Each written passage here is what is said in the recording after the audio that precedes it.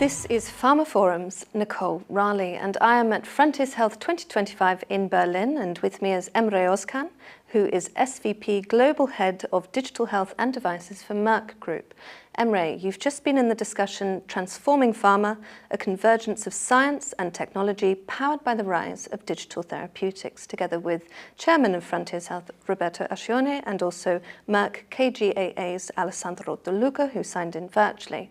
So my question for you is, what were for you the key takeaways from that discussion? First of all, it's great to be here and feel the buzz of the Frontiers Health. It's completely unprecedented to bring so many different diverse groups for very strategic discussions.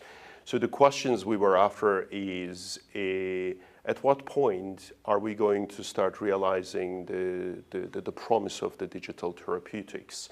And what I take away from this discussion is we are developing an ever more positive outlook on its scale, value, and timing.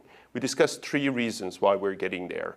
One is we ever see a more convergence of technological and medical sciences to be able to develop the right therapeutic approaches in the right way for the benefits of the patients. The second is the expectations and the behaviors are in a constant change curve when it comes to adoption of the digital tools and increasing demand of services from our healthcare systems.